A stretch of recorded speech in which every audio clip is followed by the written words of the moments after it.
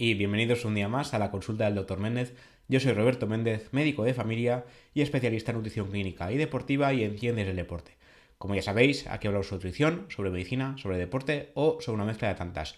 Antes de empezar, como viene siendo habitual, os recuerdo la plataforma Academia Nutricado, en la que junto a Raquel Casares, nutricionista, realizamos cursos de nutrición y deporte. Yo llevo a cabo la parte teórica científica y Raquel, tras muchos años tratando y viendo evolucionar a multitud de pacientes, la parte práctica. Ya tenemos una serie de cursos subidos en la plataforma, esperamos que este año sean muchos más. Nuestra idea es al menos uno semanal, pero esperamos que la plataforma crezca y que sea algo más que cursos semanales. Aunque los que ya están me parecen de gran interés, os aconsejo y os animo a que le echéis un vistazo, a que os registréis y a que esperéis nuestra próxima newsletter que mandaremos de forma semanal con novedades tanto de podcast, cursos, artículos y demás. Este año esperamos que la plataforma crezca mucho más. Volviendo al episodio de hoy hablaremos sobre las enfermedades inflamatorias intestinales, donde destacan la enfermedad de Crohn, la colitis ulcerosa y el síndrome del intestino irritable, que ya se considera por algunos expertos como una pre-enfermedad inflamatoria intestinal, que en los artículos que os enlazaré en las notas del programa veis que lo llamamos EII, enfermedad inflamatoria intestinal, como forma resumida. ¿Cómo podemos reconocer una posible alteración intestinal? Bueno, lo primero es ver con qué frecuencia acudimos al baño y en qué características. En los países occidentales, en España en particular, se considera una frecuencia normal entre 3 deposiciones al día de máximo hasta un mínimo de 3 a la semana. Menos de 3 a la semana se considera ya un estreñimiento significativo, más de 3 deposiciones al día se consideraría ya un aumento del ritmo deposicional. Y si estas deposiciones son de carácter líquido o pastoso, ya ahí podemos tener un problema. Debemos tener en cuenta, como digo, si presentamos un aumento del número de deposiciones o diarrea, con o sin sangre, con o sin moco, que esto es importante, el tema de la mucosidad en las deposiciones, y qué pasa si nos debemos levantar durante la noche para realizar una deposición. Esto sería raro. Lo habitual sería pues tener ganas de ir al baño pues durante el día. También tenemos que tener en cuenta si el aumento del ritmo deposicional, es decir, aumento de heces durante el día o durante los días, nos provoca una pérdida o ganancia de peso. Luego, un estreñimiento persistente que antes no existía o tener que realizar esfuerzo para defecar también debería llamarnos la atención. Esto a veces también se asocia con una pérdida o ganancia de peso. La ganancia es menos habitual, la pérdida de peso es algo más habitual.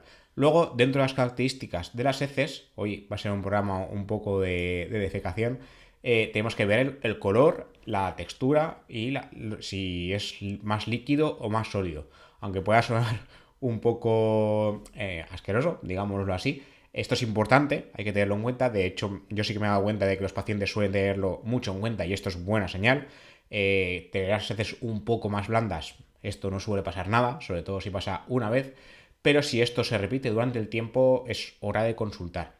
Las heces negras, tipo alquitrán, pegajosas, esto podría diagnosticarse de una hemorragia digestiva alta, de que hay sangre mezclado con las heces. Esto es importante, ¿eh? Repito, heces negras, tipo alquitrán o pastoso. Heces rojas sería una situación más leve, porque el problema sería un sangrado más bajo, sobre todo a nivel hemorroidal, a nivel más externo. Otra cosa sería sangrar y ya está, o sea, sin heces. Un sangrado sin heces, esto sí que es un problema, se llama rectorragia, y esto sí que habría que consultarlo. Otra cosa sería heces mezcladas con sangre roja brillante. Esto no siempre, pero suele ser una situación leve que también se puede dar en las enfermedades inflamatorias intestinales o simplemente por un hemorroide. Esto, como digo, hay que estudiarlo, sobre todo si se repite. Si es una única vez, de forma muy esporádica, lo habitual, ya digo habitual, no siempre, es que sea un hemorroide y sin más, o que haya algún tipo de fisura. Normalmente, para diferenciar entre hemorroides y fisuras, lo que solemos tener en cuenta es el dolor. Si hay dolor y dificultad para defecar, esto suele ser una fisura, suele ser una heridita a nivel del esfínter anal. Si hay picor o escozor y hay sensación de bultoma, de que hay algo ahí a nivel del orificio, esto suele ser una hemorroide y la hemorroide suele sangrar. La fisura no suele. ¿Qué pasa a veces? Que están las dos cosas. Entonces ahí tenemos un problema y hay que poder diferenciarlo, y cuando no sabemos diferenciar, lo que hay que hacer, pues consultar a nuestro médico de cabecera para que eche un vistazo, por mucha vergüenza que nos pueda dar, porque a veces se descubren cosas que no nos gustaría descubrir, ¿vale? Entonces, cuidado con todos estos síntomas. Luego están las heces pastosas, que flotan y que son como gotitas oleosas, como grasa. Esto puede significar un caso de mala digestión de los alimentos, como es el caso de una insuficiencia pancreática o una pancreatitis, una inflamación del páncreas que no funciona como toca. Heces blancas o acolia, es decir, heces faltas de color, se acompañan también de orina oscura, que se llama coluria. Si se dan las dos cosas, nos indican una patología a nivel del colédoco, es decir, al nivel del conducto que une el hígado y la vesícula biliar.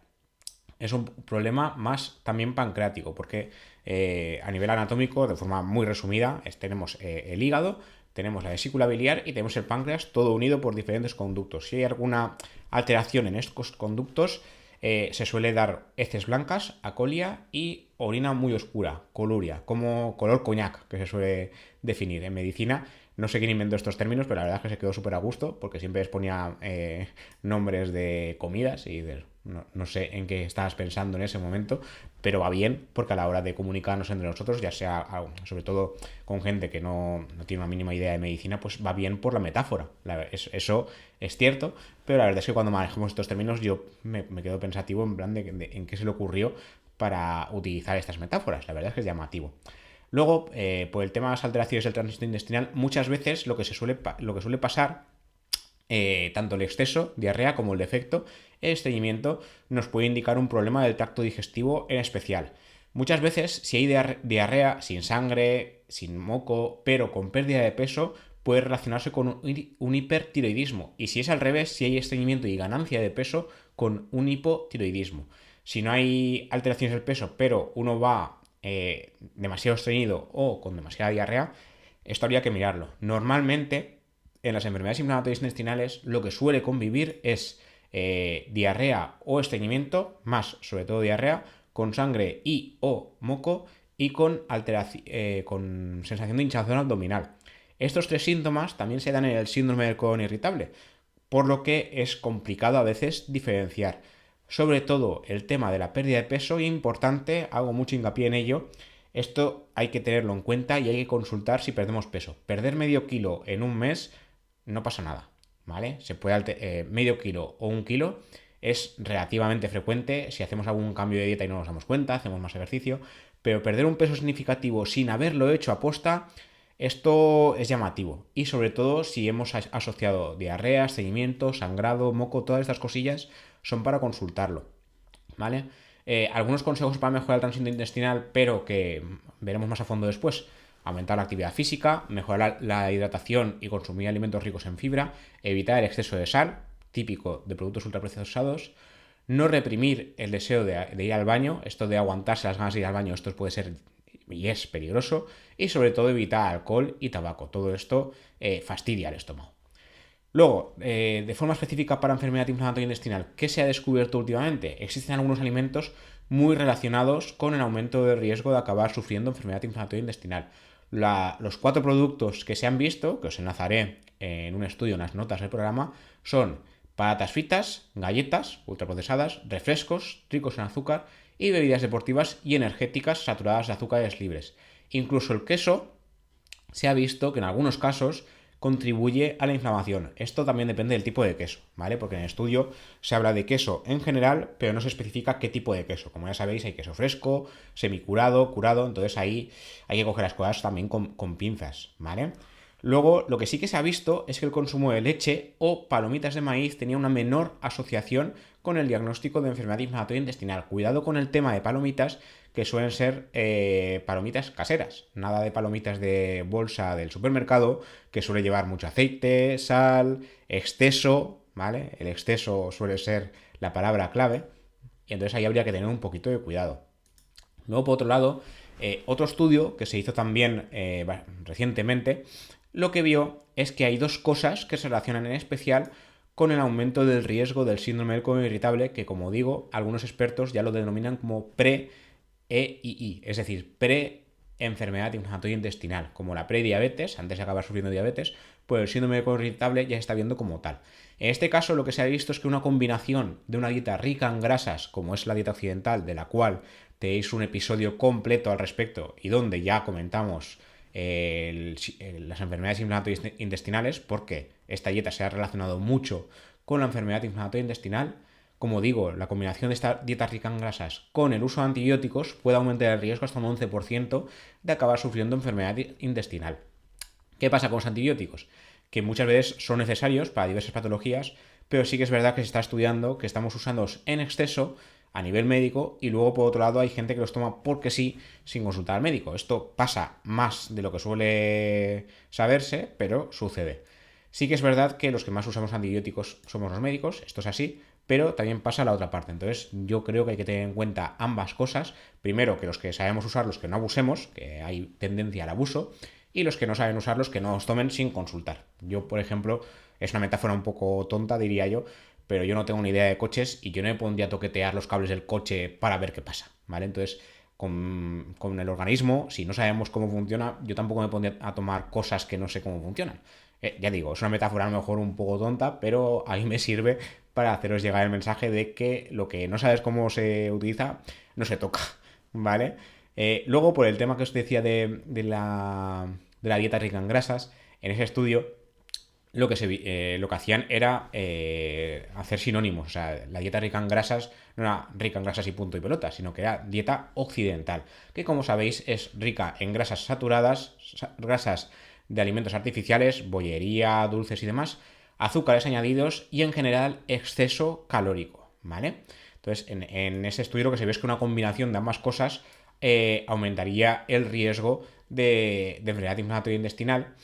Y en un estudio lo que se vio es que tenían un riesgo hasta un 8,6 veces mayor de llegar a estado de pre-enfermedad inflamatoria intestinal, porque habría efectos a nivel celular y molecular. Entonces, cuidado con esto, porque por nuestra parte, a nivel cotidiano, lo que podemos hacer es evitar este tipo de dieta y a nivel médico, pues evitar los antibióticos siempre que sea posible. Como digo, en muchas ocasiones, para nuestra desgracia, sí que hay que utilizarlos. Y ya para ir terminando, un estudio que me pareció muy interesante, que se llevó a cabo con más de 150.000 pacientes, porque se utilizaban datos de estudio de salud de enfermeras 1 y 2 y de estudio de seguimiento de profesionales de la salud, los 3 de Estados Unidos.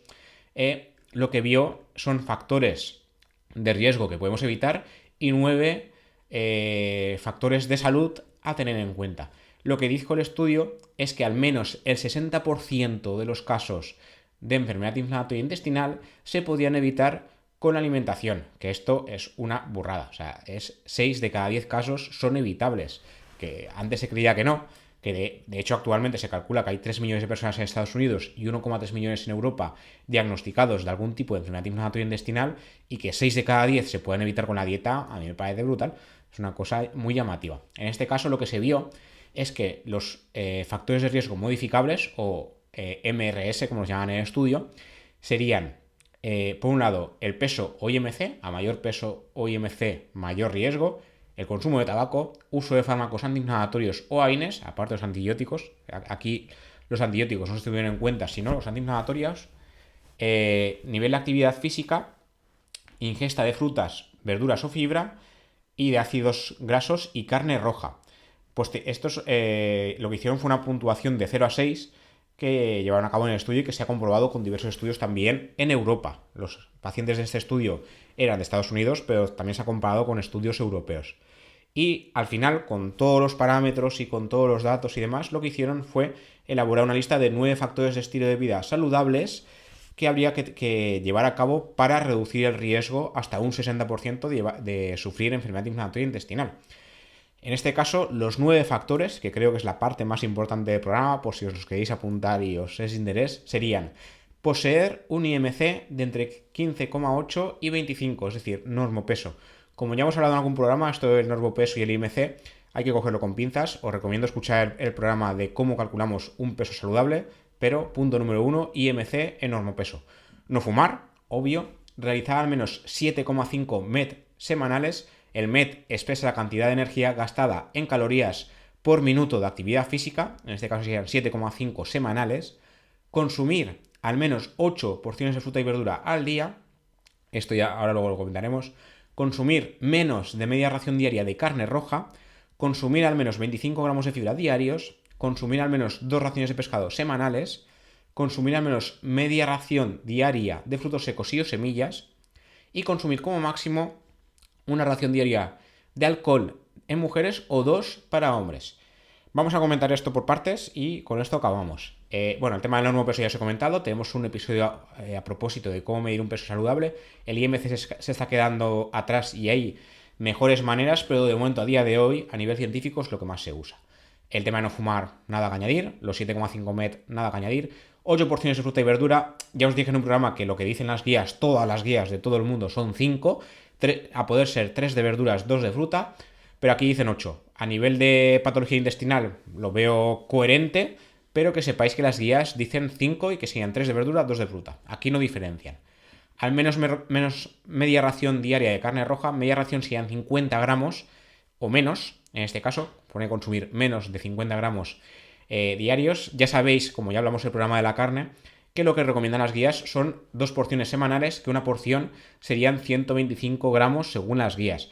Hay guías médicas, varias ya, por lo que sé, antes había solo una y ahora ya hay más de una, que recomiendan hasta 4 porciones de carne roja semanal, 400 gramos de carne roja semanal. La OMS recomienda 2, entonces yo me quedaría con la OMS, que es lo más conservador. 25 gramos de fibra diarios, nada que añadir, en hombres se recomienda hasta 31. 2 raciones de pescado semanales, tampoco nada que añadir, también tenemos un programa sobre el tema. Media ración de frutos secos y o semillas, al menos, se podría ser más, una ración. Normalmente una ración se considera unos 10 gramos, 10-15, dependiendo de dónde miremos. Los estudios recomiendan consumir unos 30 gramos, con lo cual ahí podemos hasta 30 gramos combinados de frutos secos y semillas, lo queráis. Y lo del alcohol, tenemos un programa dedicado a posta. El alcohol está empezando a demostrar que ninguna ración es recomendable. Los estudios que recomiendan 1 o 2 raciones al día se han hecho con gente que antes bebía mucho más. Entonces lo que ha pasado es que al beber menos son más saludables. Entonces, estamos viendo que los datos, ahí faltan estudios como toca al respecto. De momento, no se puede asegurar 100% que beber alcohol tenga algún sentido para la salud o que sea saludable. Entonces, la OMS sí que recomienda máximo de 1 o 2 raciones de alcohol al día. Una ración de alcohol sería media cerveza, ¿vale? En algunos sitios pone hasta 1, pero es media cerveza, media lata de 333 centilitros. Centilitros, no, mililitros, perdón, 33 centilitros, 330 mililitros. Eso es lo que dice la OMS, pero ahí habría que tener cuidado, ya os digo, hay estudios que están empezando a decir que ninguna ración de alcohol es saludable, así que con esta parte cuidado. Si no bebéis alcohol, no os recomiendo empezar, y si lo bebéis, os recomiendo reducir.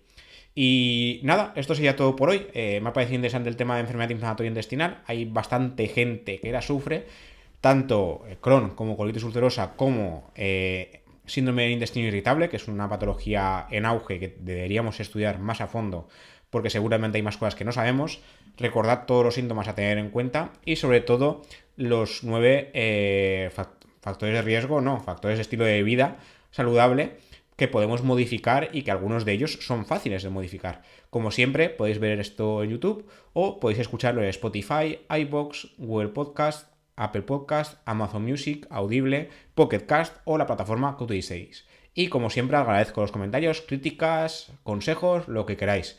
Como siempre, nos vemos y nos escuchamos en siguientes episodios. ¡Hasta la próxima!